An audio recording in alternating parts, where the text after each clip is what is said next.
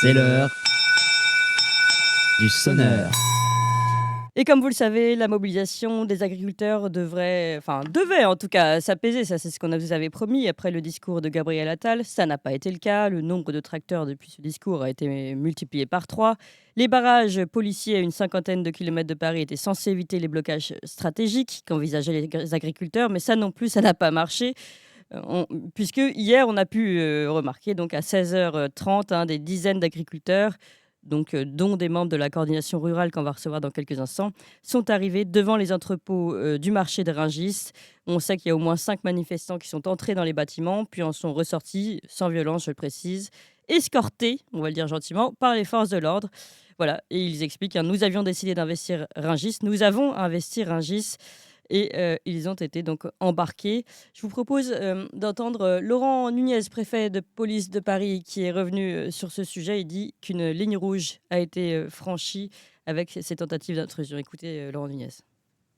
Parisienne. Bon, manifestement, cette ligne rouge a été franchie en fin d'après-midi aujourd'hui, puisqu'un groupe de personnes s'est livré à une tentative d'intrusion, heureusement très rapidement déjouée par les forces de sécurité intérieure. Donc je veux évidemment saluer le travail, et donc les personnes qui se sont livrées à cette tentative d'intrusion ont été interpellées. Je peux vous annoncer ce soir que nous avons au total 91 interpellations de personnes qui vont être placées en garde à vue pour cet acte, au même titre d'ailleurs que ce matin, 9 tracteurs avaient tenté de bloquer un des accès à Rungis. Là également, les forces de l'ordre sont intervenues très rapidement, et il y a eu 15 interpellations de personnes qui ont été placées en garde à vue. Donc voilà, à la fois, bien évidemment, les forces de sécurité encadrent le mouvement qui globalement se passe très bien. Nous avons 7 points de barrage sur les autoroutes en Ile-de-France. Je veux saluer évidemment le travail. Voilà, Laurent Nunez, donc, qui a été coupé de manière un petit peu raide. Alors, pour en parler, nous sommes, et je suis très heureuse de le recevoir, avec Alexandre Langlois, Régis de Castelnau. Alexandre Langlois, je vais citer votre dernier livre, Ici la démocratie au bal masqué de la Macronie, édition Talma. Et Régis, auteur de Une justice politique aux éditions L'Artilleur. Peut-être sur cette question, je vais faire réagir en premier Alexandre Langlois, puisqu'on a entendu votre chouchou, Laurent Nunez.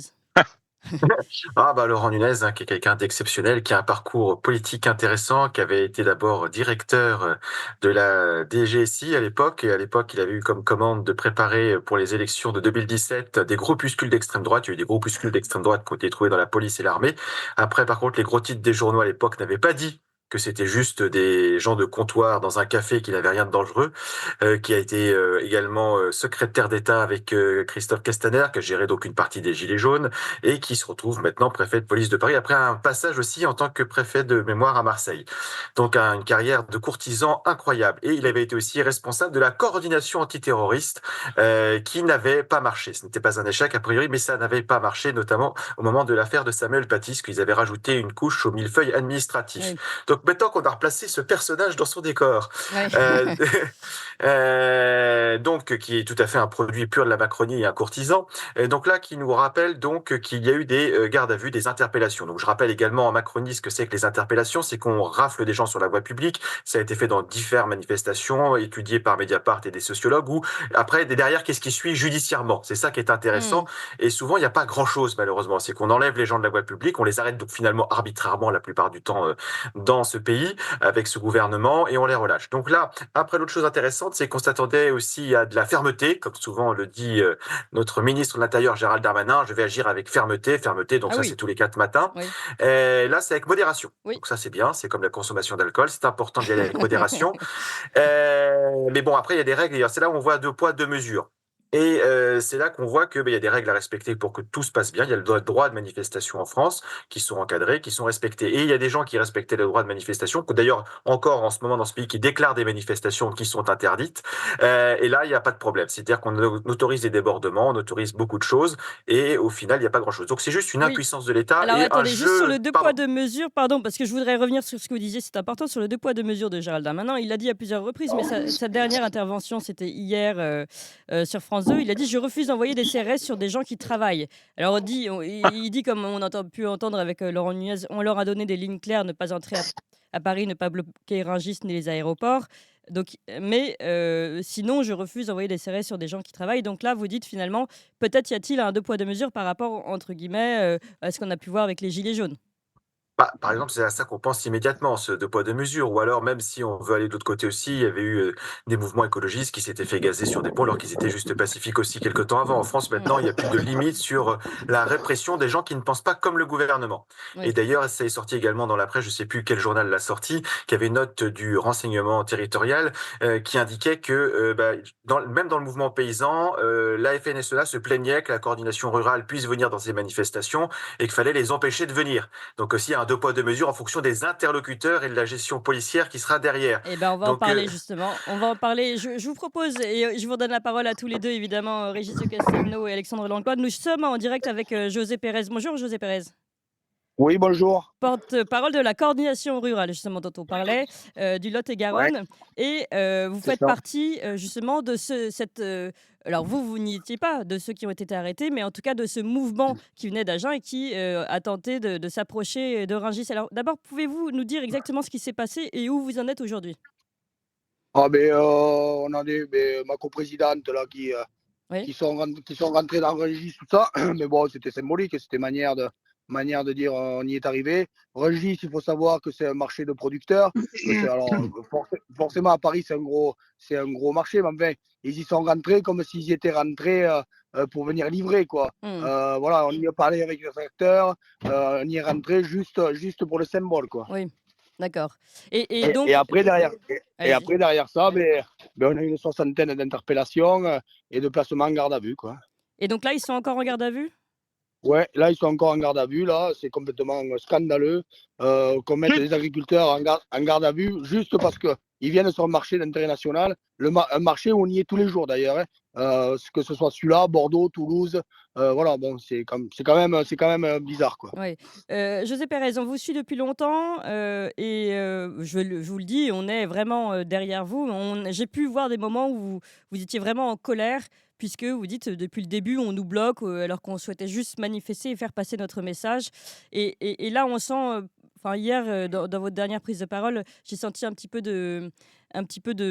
comment dire? De lassitude aussi, et de vous dire: «Bon, on va peut-être rentrer dans nos terres parce que finalement, tout ce qu'on fait, ça ne sert à rien, on n'est pas entendu». Est-ce que c'est l'état d'esprit dans lequel vous êtes, ou aujourd'hui vous êtes remonté? Ouais, ouais, non, non, mais bon, on est toujours remonté, c'est pas le problème. Mais bon, quand on voit les moyens qui ont été mis en place pour nous empêcher de monter à Paris, alors que tous les autres, on les laisse monter tranquillement. Nous, on a été bloqués dès la sortie de Limoges par des blindés. On a été bloqués par des blindés à Vierzon. On a été bloqués par des blindés sur la Loire.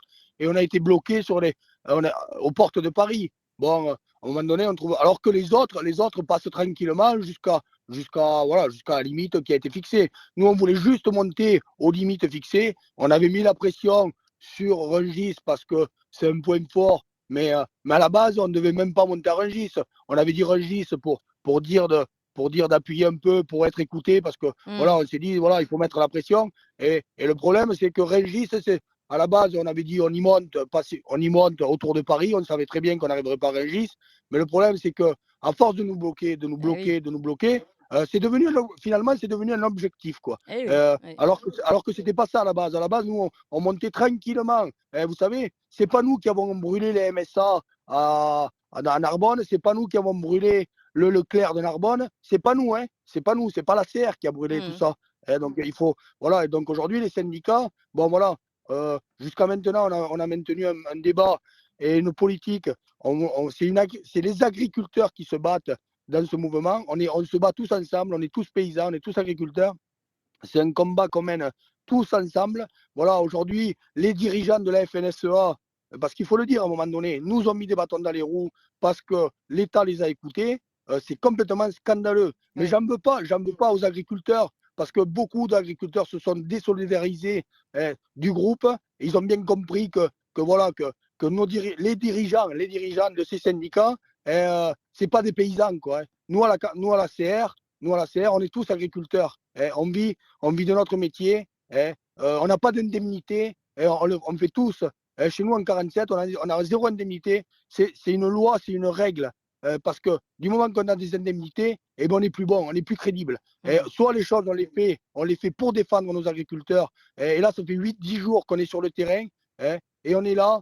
Mais tous les jours, au quotidien, on se bat pour tous les agriculteurs qui nous appellent, Eh oui. pour tous les agriculteurs tous les jours, au quotidien, au bureau, c'est tous les jours des agriculteurs qui nous appellent, des agriculteurs en détresse, des agriculteurs qui ne savent plus comment faire. Oui. Et on est là, on les soutient, on trouve des solutions. Vous voyez? Et aujourd'hui, voilà, nous, c'était ce combat-là qu'on a lancé le lundi quand on a attaqué. C'est un combat, voilà, nous, on appelait tous les agriculteurs à nous rejoindre. Et en montant dans notre périple, on a, Oui. on a des agriculteurs de partout, de toute la France qui nous ont rejoints. Et dans notre cortège, dans notre convoi, on a des agriculteurs de l'ACR, mais pas que.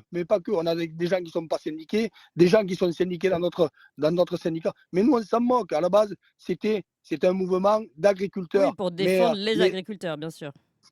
C'est ça. Mais les têtes pensantes du syndicat majoritaire ne sont pas d'accord avec nous. Et tout ça, tous ces bâtons qu'on nous a mis dans les roues, c'est lié à ça, quoi. Parce qu'on nous a mis des sacrés bâtons dans les roues, quoi.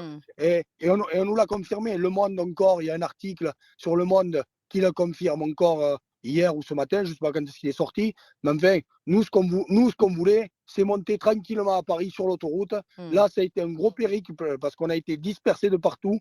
On nous a mis en danger, on a mis les gens. Voilà, on nous a mis en danger, on nous a fait sortir des autoroutes. C'est catastrophique. Alors qu'on nous aurait laissé monter tranquillement, on se serait mis aux abords de Paris. Et chaque fois qu'un blindé s'est mis devant nous, même s'il y aurait eu une simple estafette de gendarmerie qui se mettait devant nous, on s'arrête. On s'arrête. Ouais. On respecte la gendarmerie, on respecte la police. Nous sommes des agriculteurs. Ok, les agriculteurs du 47, on se fait un peu plus voir dans les actions, mais à un moment donné, comme je vous dis, c'est pas les agriculteurs du 47 qui ont brûlé la MSA, c'est pas les agriculteurs du 47 qui ont brûlé les autoroutes, c'est pas les agriculteurs du 47 qui ont brûlé un Leclerc. Ok, on fait des actions un peu coup de poing pour se faire entendre, mais ce n'est que ça. Mais avant d'arriver à ces actions, est-ce que vous êtes fait entendre? Est-ce que vous êtes fait entendre là? Eh bien, écoutez, ma coprésidente et notre présidente de chambre étaient hier reçus à Matignon. Donc déjà ça, on est les seuls peut-être à avoir été reçus comme ça d'un département séparé. Donc déjà, on a été reçus à Matignon. Ma coprésidente a pu s'exprimer. On a remonté encore une fois nos revendications. Il y avait Gabriel Attal qui était là, qui l'a écouté. Moi, de mon côté, j'étais en contact avec tous les préfets de tous les départements par lesquels on est monté, qui me redemandaient nos revendications. Donc, on a redonné les revendications à chaque préfet pour essayer que ça remonte par toutes les branches, pour essayer, enfin, peut-être d'avoir des vraies mesures, des choses. Mais bon, a priori, il y aura une annonce qui sera faite demain. Oui. Mais bon, ça change tous les jours. Donc voilà, aujourd'hui. Moi je vais donner la parole à José Pérez et ils veulent vous poser des questions aussi, si vous le voulez bien. Je suis avec je le disais, avec un avocat, Régis de Castelnau, et un ancien policier et porte-parole, représentant du syndicat Vigipolice. Avant, plus maintenant. Oui, tout à fait, ancien, c'est ce que j'ai dit, ancien. Donc c'est intéressant quand même, justement, cette histoire de syndicats aussi sur laquelle ils peuvent réagir. Juste, je précise que donc aujourd'hui, on va avoir les informations des accords, entre guillemets, avec l'Europe, et qu'a priori, ça partirait sur la suspension des droits d'importation et des quotas sur les exportations ukrainiennes, mais pour un an, hein, on parle d'une dérogation à chaque fois, et aussi une dérogation partielle aux obligations de Jagère. Donc là, ce sont des dérogations, peut-être d'un an, en tout cas temporaires, histoire de... Enfin, ça semble plutôt être quelque chose comme un bonbon jeté pour calmer les choses. Mais José Pérez, je vais vous faire réagir à ça, mais d'abord, on commence par vous, Alexandre Langlois, peut-être sur l'histoire des syndicats. Alexandre Langlois prend la parole et ensuite Régis, l'avocat, pour José Pérez. Allez-y.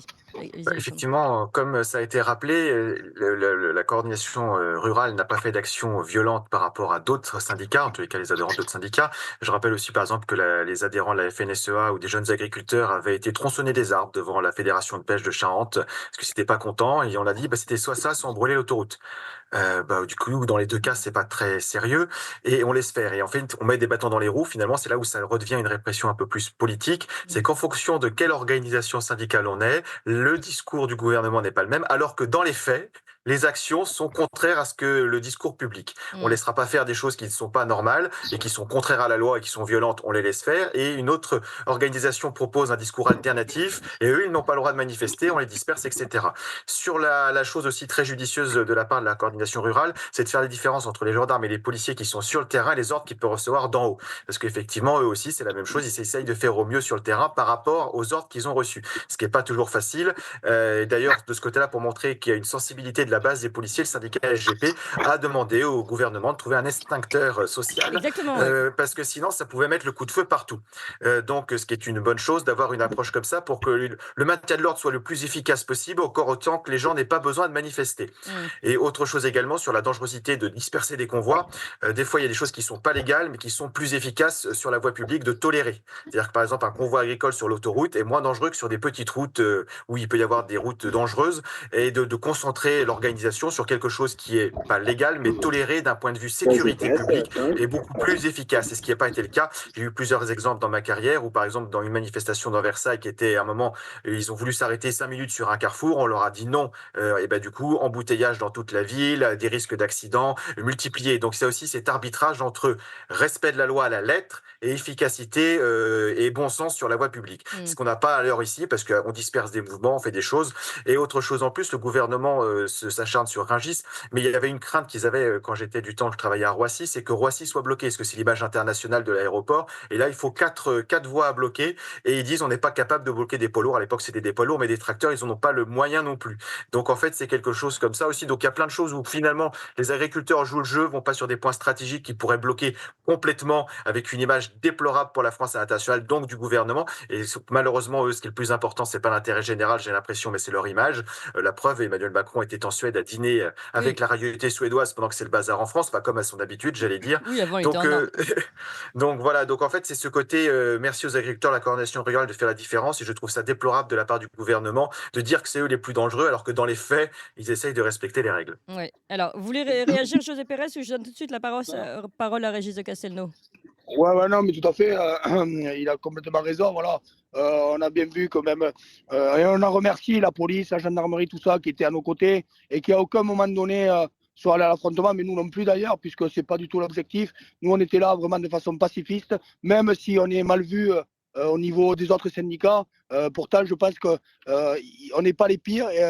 Et les autres syndicats sont bien pires que nous, quoi. Ouais. Alors, sur l'histoire des syndicats, quand même, une précision, et c'est une information qui est tombée hier, et je ne sais pas si vous-même vous l'avez entendu, José Pérez, mais beaucoup de membres de la FNSEA ont quitté la FNSEA et sont en train de rejoindre la coordination rurale.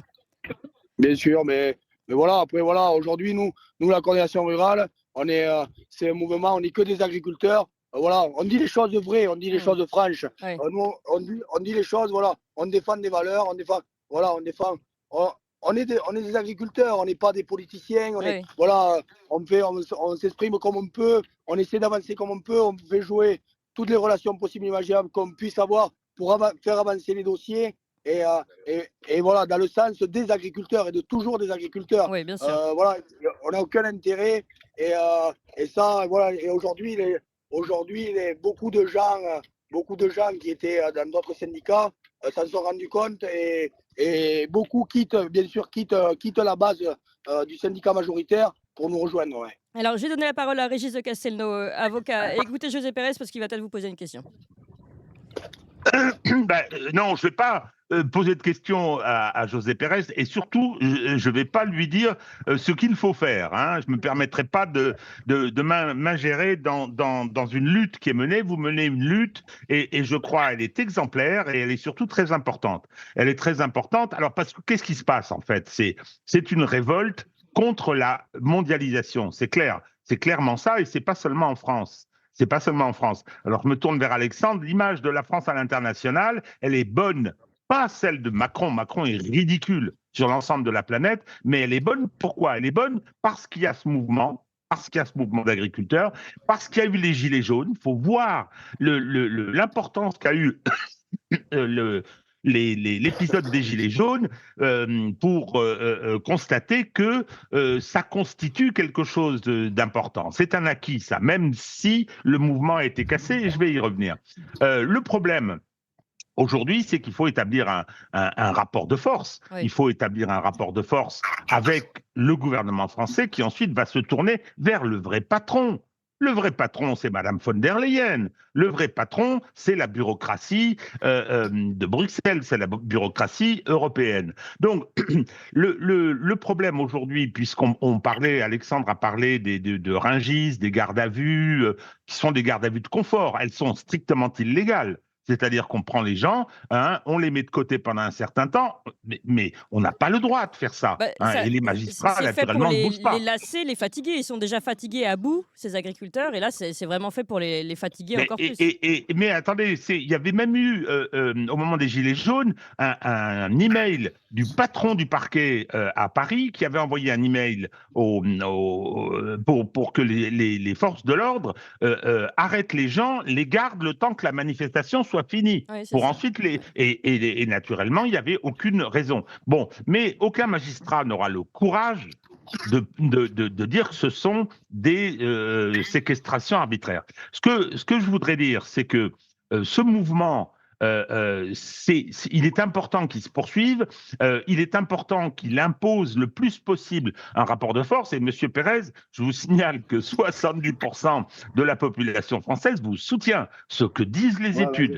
Le problème, c'est que vous allez être confronté à un moment, à un dispositif qui est relativement liberticide. Quand je dis relativement, depuis un certain temps, on a adopté des lois qui sont des lois liberticides sur la manifestation, sur l'intention d'aller participer à une manifestation pour faire des violences, etc. Tous ces textes ont d'ailleurs été votés par les LR. Il ne faut pas oublier, quand aujourd'hui, M. Wauquiez vient vous dire « oui, mais on vous soutient », c'est une blague. C'est une blague. Il a voté et fait voter les textes qui, aujourd'hui, vous répriment. Soyons clairs. Ou bien d'ailleurs, je pense à François-Xavier Bellamy, qui vient vous soutenir sur les plateaux français, et dès qu'il est à Bruxelles, il vote tous les textes des traités internationaux qui vous des préjudices considérables, vous le savez, avec le Canada, avec le Mercosur, etc. Oui, mais comment faire alors, Régis?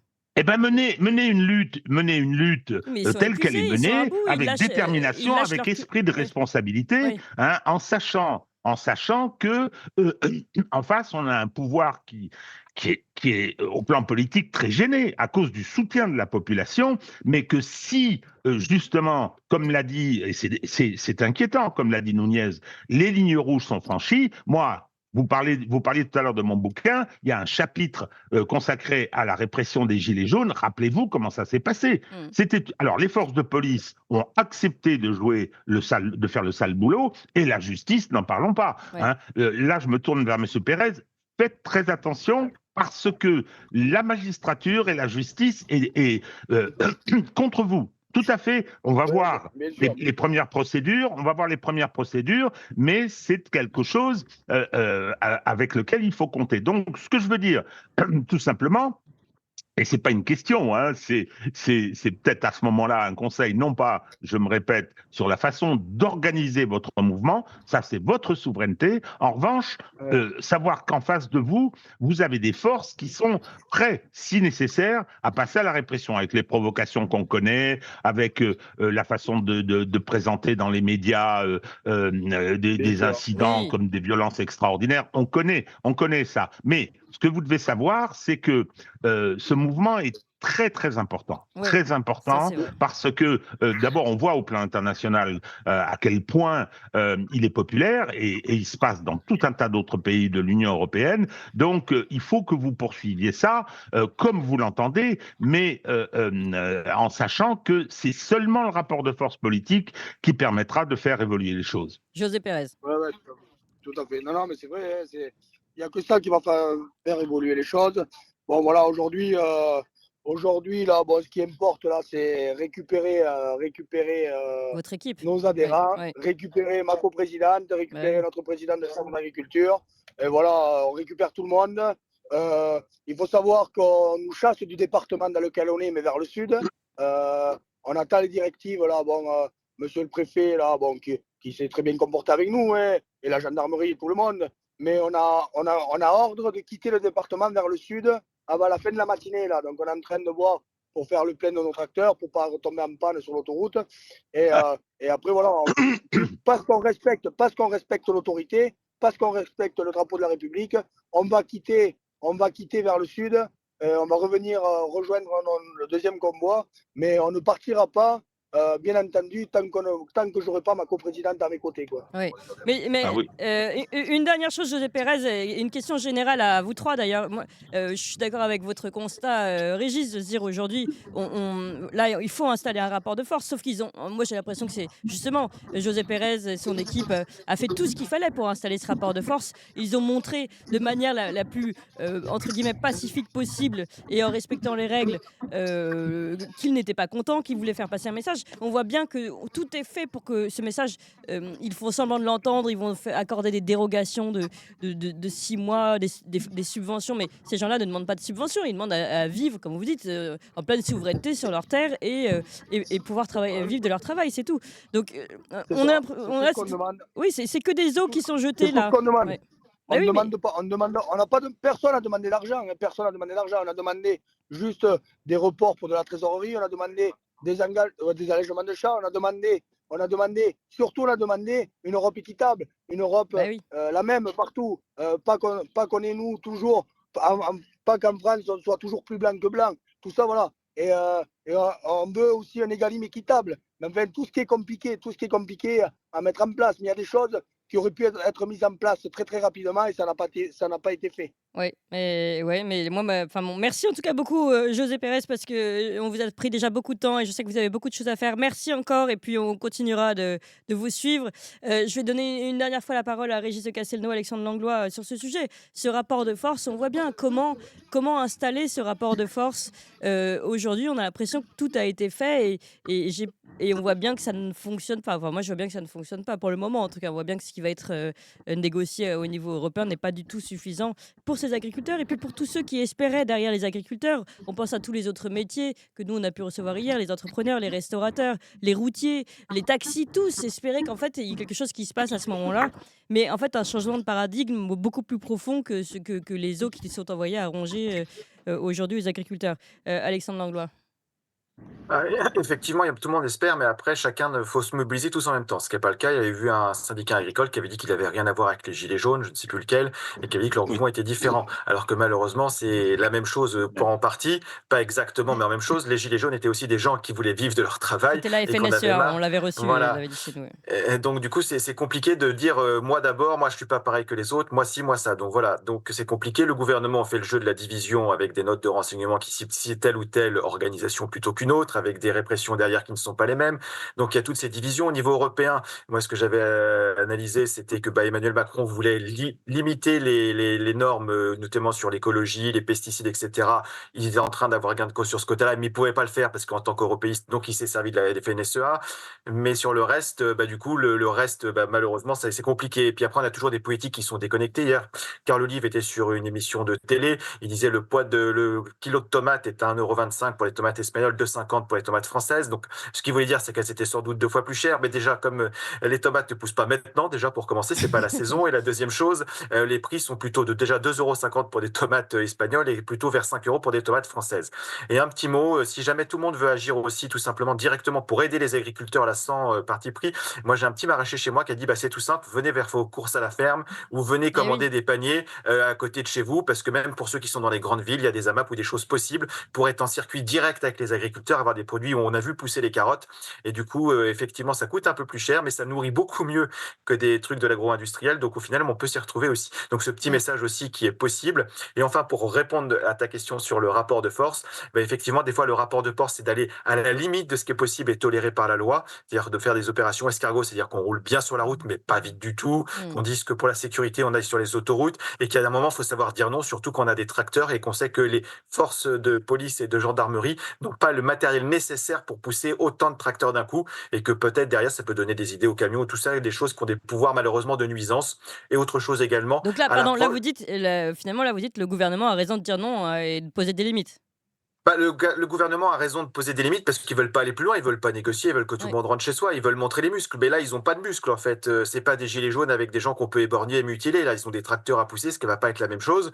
Donc ça va être compliqué. Par contre, ils peuvent jouer la montre parce que même pour les gros céréaliers Oui, c'est ça. qui sont agro-industriels plus que paysans, ils ont quand même un moment, il va falloir qu'ils aillent semer les champs.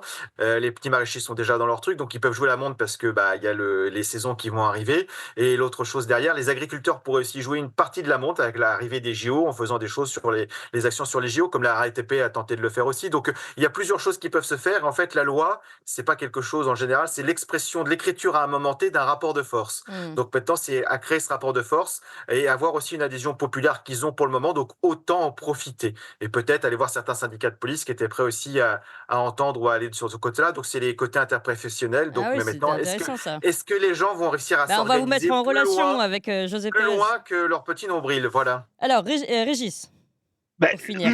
je suis tout à fait d'accord avec ce que vient de dire Alexandre sur la façon d'organiser ce combat. Et il est effectivement emblématique parce qu'il y a une sympathie pour le monde agricole, une sympathie spontanée, bien qu'aujourd'hui il ne rassemble plus beaucoup de monde par rapport au passé. Mais ne pas oublier que nous sommes dans une république illibérale, une république autoritaire. Hein, où comment dire, le respect des libertés, la liberté d'expression, par exemple, dont ces mouvements sont une modalité, hein, faut être clair, est réprimée, elle est encadrée. Donc, on a en face de ce mouvement un gouvernement très autoritaire, et il faut donc pouvoir s'adapter à cette réalité-là en poussant le plus possible et j'ai pas de recette, hein, j'ai pas de solution, en poussant le plus possible pour obtenir bien évidemment des concessions, c'est très important, mais en même temps en sachant que cette mondialisation libérale, l'insertion dans un système européen où toutes ces règles sont ossifiées dans des traités à valeur constitutionnelle qui sont irréformables puisqu'il faut l'unanimité, eh bien, c'est un combat qui est quand même très, très difficile. Et que Eh oui. derrière celui-ci, le moment venu, il va vraiment falloir arriver à poser la question politique du changement. Eh oui, du vrai changement. Ouais. Et vous parliez de paradigme, non, mais c'est carrément le changement d'orientation. Moi, j'ai l'impression que ce qui se passe avec le relais qui a été pris par les agriculteurs en Pologne, Oui. comment dire, en Belgique, en Pays-Bas, ça avait Hollande, commencé aux en Pays-Bas, ouais. Espagne Ouais, maintenant, ouais. montre bien que cette révolte contre la globalisation, dans les formes qu'elle a pris, est quelque chose de tout à fait essentiel. Donc, merci aux agriculteurs. Continuez dans les possibilités qui vous sont offertes. Mais c'est exactement ça, en fait. Et c'est peut-être ça aussi notre erreur, à nous, médias, en premier, évidemment, comme toujours d'ailleurs, de prendre chaque petit sujet un par un. Le sujet agriculteur, le sujet routier, le sujet taxi, le sujet ce qui se passe à l'étranger. En fait, c'est la même lutte, moi j'ai l'impression, au fond. Au fond, enfin chacun, là on s'arrête sur... mais c'est peut-être fait exprès d'ailleurs. Sur là c'est le problème du gaz, là c'est le problème du coût de je ne sais quoi. Mais au fond, tous ces gens-là ne demandent, et j'entendais encore d'ailleurs un routier ce matin, ils ne demandent qu'à être, qu'à vivre normalement et dignement. Voilà. Et ce qui n'est plus possible aujourd'hui. Mais sauf que toutes ces luttes sont différenciées, séparées, et on n'arrive pas à rejoindre en fait un mouvement cohérent et qui est un objectif cohérent, c'est-à-dire aujourd'hui, comme vous le dites, lutter contre ce système en fait mondialiste, c'est tout simplement ça. Hein. Sauf que ça, évidemment, le gouvernement va faire semblant de ne pas le comprendre. Là, il va faire semblant d'aller négocier à Bruxelles. Bruxelles va faire semblant d'accepter certaines petites réformettes. Et puis voilà comment ça va se calmer jusqu'à la prochaine fois. Et on a l'impression que ça va jamais s'arrêter. Et alors, deux réactions. Oui. Si les médias peuvent faire quelque chose, si ils peuvent, l'idée peut être lancée, c'est de faire des tables rondes avec justement des interlocuteurs de différents corps en colère et de les mettre autour d'une même table. Et puis là, ils vont peut-être déjà se rencontrer, pouvoir faire des échanges de numéros et voir qu'ils ont quand même des points communs. Donc, il y a des choses qui peuvent être faites de ce côté-là. Et l'autre chose importante aussi, c'est qu'il y a effectivement un État légaliste et donc il y a le respect de la loi, il y a ce côté qui est légitime. Et si on reste que sur la légalité, la France serait toujours sur l'ancien régime en fait. On n'aurait jamais eu de révolution Révolution française. Il y a plein de gouvernements qui n'auraient jamais changé, la démocratie n'existerait pas. Donc il y a un moment, il faut savoir aussi faire la différence entre légaliste et légitimité. Et aujourd'hui, la légitimité est plutôt du côté des mouvements populaires et le légalisme autoritaire est celui de l'État. Et l'État essaye de confondre les deux pour dire ce que vous faites est illégal, c'est inadmissible, mais alors que c'est parfaitement légitime et qu'eux, ils sont illégitimes et dans l'illégalité. Donc c'est ce petit point où il faut réussir à jongler. Si on n'arrive pas à trouver le juste équilibre entre les deux, si on n'applique que la loi, rien ne changera jamais. Bah, Alors ouais. sur la loi, un Allez, dernier mot, Clément, sur la dernier mot, loi. parce que Nicolas, comme d'habitude, attend derrière. Voilà, le pauvre Nicolas. Salut à toi. Oui, sur la loi, ne pas oublier qui la rédige et en permet la promulgation. C'est le Conseil constitutionnel. On vient d'en avoir l'exemple. Eh oui, On en a parlé la c'est semaine vrai. dernière. C'est quand même extraordinaire. Faut pas oublier ça. Nos institutions sont malades, sont très malades. On a une Assemblée nationale dont la vie a été piétinée par le Conseil constitutionnel, qui a pris une décision directement politique. Donc même la loi a un côté très relatif. Hmm. Le respect de la loi, ce serait, à mon avis, que le pouvoir d'Emmanuel Macron respecte la séparation des pouvoirs et la compétence de son Parlement. Oui. Allez, on s'arrête là, mais comme toujours, absolument passionnant. Vous êtes 2700 en direct en même pas une demi-heure. On bat comme toujours des records. Merci beaucoup à vous deux, Régis de Castelnau, avocat et auteur de Une justice politique aux éditions L'Artilleur, Alexandre Langlois, notre chroniqueur police, justice aussi, et auteur de Essayer la démocratie au bal masqué de la Macronie, édition Talma. Merci beaucoup à vous deux. Merci à José Pérez qu'on entendait tout à l'heure, porte-parole donc de la coordination rurale 47. Dans quelques secondes,